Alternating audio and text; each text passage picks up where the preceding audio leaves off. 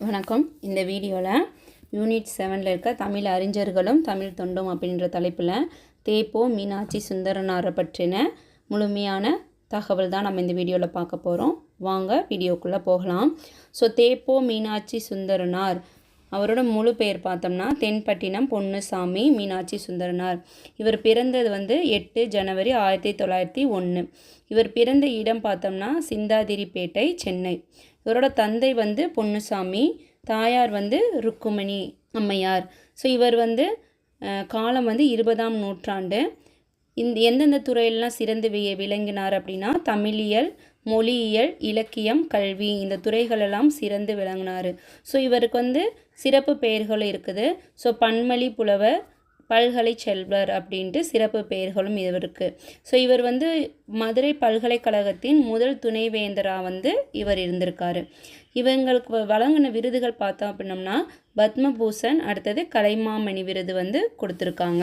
இவரோட காலம் பார்த்தோம்னா 8/1/1901 முதல் 27/8/1980 வரை. தேப்போ மீனாட்சி சுந்தரனாரோட தந்தை தான் பொன்னுசாமி.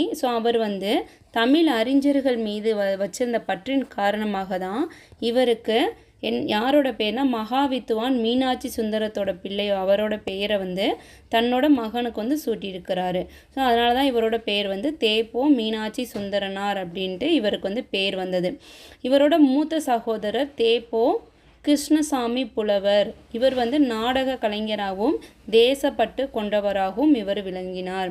அடுத்தது இவர் படித்த கல்விகள் பார்த்தோம் அப்படின்னம்னா 1920 பிஏ, 1922 பிஎல், 1923 எம்ஏ, எம்ஏல வரலாறு, பொருளியல், அரசியல், சட்டம் அப்படின்ற அந்த 4 துறையிலுமே எம்ஏ வாங்கியிருக்காரு. அடுத்து 1934 பிஓஎல் பட்டமும் பெற்றிருக்காங்க அப்படின்ட்டு சொல்கிறாங்க. அப்போ நம்ம என்ன தெரிஞ்சுக்கணும்?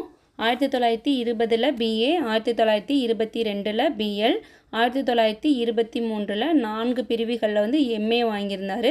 1934 பிஓஎல் பட்டமும் வாங்கியிருக்காரு. இவர் யாருக்கிட்ட தமிழ் கற்றுக்கிட்டார் அப்படின்னு பார்த்தோம்னா இந்த தேப்போ மீனாட்சி சுந்தரனா பல அறிஞர்களிடம் தமிழ், தருக்கம், வேதாந்தம் போன்றவர்களை கற்றுக்காரு.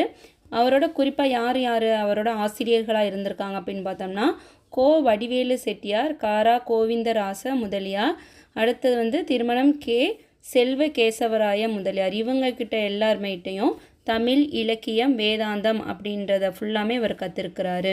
அடுத்தது இவருக்கு ஏன் பன்மொழி புலவர் அப்படின்ட்டு பேர் வந்தது அப்படின்னா இவர் நிறைய மொழிகள் இவருக்கு தெரிஞ்சிருந்தது.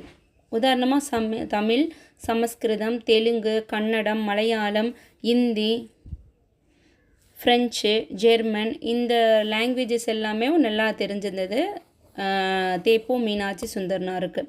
அது தமிழ் மற்றும் ஆங்கிலத்தில் இலக்கியம், இலக்கணம், மொழியியல், வரலாறு, சமயம், ஒப்பிலக்கியம் போன்ற துறைகளில் இவர் நூல்கள் எழுதியிருக்காரு. அது தேப்போ இதன் காரணமாக தான் தேப்போ மீனாட்சி சுந்தரனாருக்கு பன்மொழி புலவர் அப்படின்ட்டு பெயர் வந்தது. அடுத்ததாக 1923 சென்னை உயர்நீதிமன்றத்தில் வழக்கறிஞராகவும் பதவி செய்திருந்தார். ஆனால் இவர் நீண்ட காலமாக சட்டத்துறையில் என்ன பண்ணார், பணி ஆற்றவே இல்லை. இவர் தமிழ் மற்றும் கல்வித்துறைக்கே அதிக முக்கியத்துவம் கொடுத்தார். அடுத்தது தேப்போ மீனாட்சி சுந்தரனா இந்திய விடுதலை இயக்கத்திலும் பங்கேற்றினார். 1941 விடுதலை போராட்டத்தில் ஈடுபட்டு சிறை தண்டனை பெற்றார். அடுத்தது சென்னை மாநகராட்சி உறுப்பினராக இருந்திருக்காரு. தொழிலாளர் அமைப்பு பணிகளில் இருந்திருக்காரு. பல்வேறு சமூக பணிகளில் ஈடுபட்டிருந்தார். இதெல்லாம் பார்க்குறப்ப அவர் பொது வாழ்வில் அதிகமாக தன்னை ஈடுபடுத்தி இருந்தார் அப்படின்னு தெரியுது. அடுத்தது 1944-46 காலத்தில் அண்ணாமலை பல்கலைக்கழகத்தில் பேராசிரியராகவும் இவர் பணியாற்றியிருக்கார்.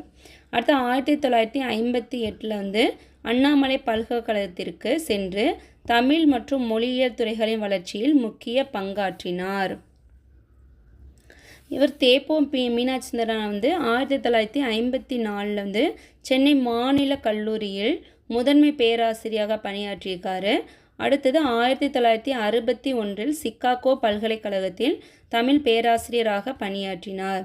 தமிழ் ஆய்வை வெளிநாட்டிலும் வளர்க்க முக்கிய பங்காற்றினவர் வந்து நம்ம தேப்போ மீனாட்சி சுந்தரனார். அடுத்து 1966 1971 காலத்தில் வந்து மதுரை பல்கலைக்கழகத்தில் வந்து துணை வேந்தராக வந்து இவர் வந்து பணியாற்றிருக்காரு. ஸோ ஃபஸ்ட்டு துணைவேந்தராக இருந்தவர் வந்து தேப்போ மீனாட்சி சுந்தரனார். ஸோ இதனால தான் இவரோட நினைவாக அங்கே மதுரை பல்கலைக்கழகத்தில் இருக்க நூலகத்திற்கு இவரோட பெயர் டிபிஎம் லைப்ரரி அப்படின்னு இவருக்கு அந்த லைப்ரரிக்கு பெயர் வச்சுருக்குறாங்க. அடுத்தது தேப்போ மீனாட்சி சுந்தரனார் வந்து தமிழ் ஆய்வை பாரம்பரிய முறையில் மட்டும் இல்லாமல் நவீன அறிவியல் மற்றும் மொழியியல் அணுகுமுறையோடு வந்து நிறைய ஆய்வு மேற்கொண்டிருக்காரு. அவர் ஆய்வு மேற்கொண்ட முக்கியமான துறைகள் பார்த்தோம் அப்படின்னம்னா தமிழ் இலக்கியம், தமிழ் இலக்கிய வரலாறு, தமிழ் மொழி வரலாறு, மொழியியல், இலக்கணம், ஒப்பிலக்கியம், சமயம், தத்துவம், காந்தியியல், திராவிட மொழியியல் அதை வந்து வளர்க்கிறதுக்கு இவர் முக்கிய பங்காற்றியிருக்காரு. அடுத்தது சிலப்பதிகாரத்துக்கு நம்மளோட தேப்போ மீனாட்சி சுந்தரனாரோட பங்கு என்னன்னு பார்த்தோம் அப்படின்னம்னா இவர் வந்து சிலப்பதிகாரத்தை வந்து குடிமக்கள் காப்பியம் அப்படின்னு குறிப்பிட்டவர் வந்து தேப்போ மீனாட்சி சுந்தரனார். எதுக்கு அப்படின்னு பார்த்தோம்னா ராமாயணம், மகாபாரதம் போன்ற பல பழங்காப்பியங்களில் அரசர்கள் அல்லது அரச குடும்பத்தினர் முக்கிய பாத்திரங்களாக உள்ளனர். ஸோ அப்போ அதில் ஃபுல்லாமேவும் ராஜா, அரசர்கள் இவங்களை பற்றி இருந்திருக்குது.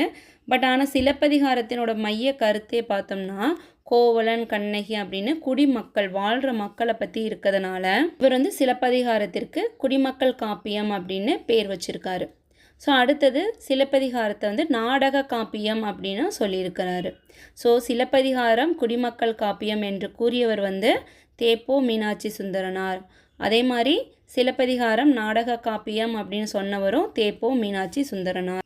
தேப்போ மீனாட்சி சுந்தரனார் தமிழ் மற்றும் ஆங்கிலத்தில் பல நூல்களையும் ஆய்வு கட்டுரைகளையும் எழுதியுள்ளார்.